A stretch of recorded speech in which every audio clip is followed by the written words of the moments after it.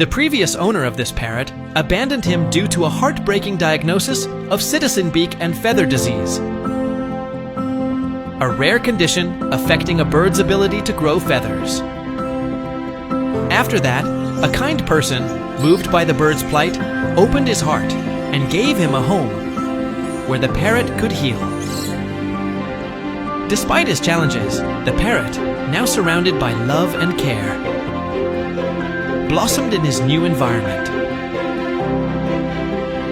He formed heartwarming friendships with the other parrot and adapted to his limitations, finding ingenious ways to navigate his world, like climbing instead of flying. This unique and extraordinary bird's journey proves that every creature deserves a loving home.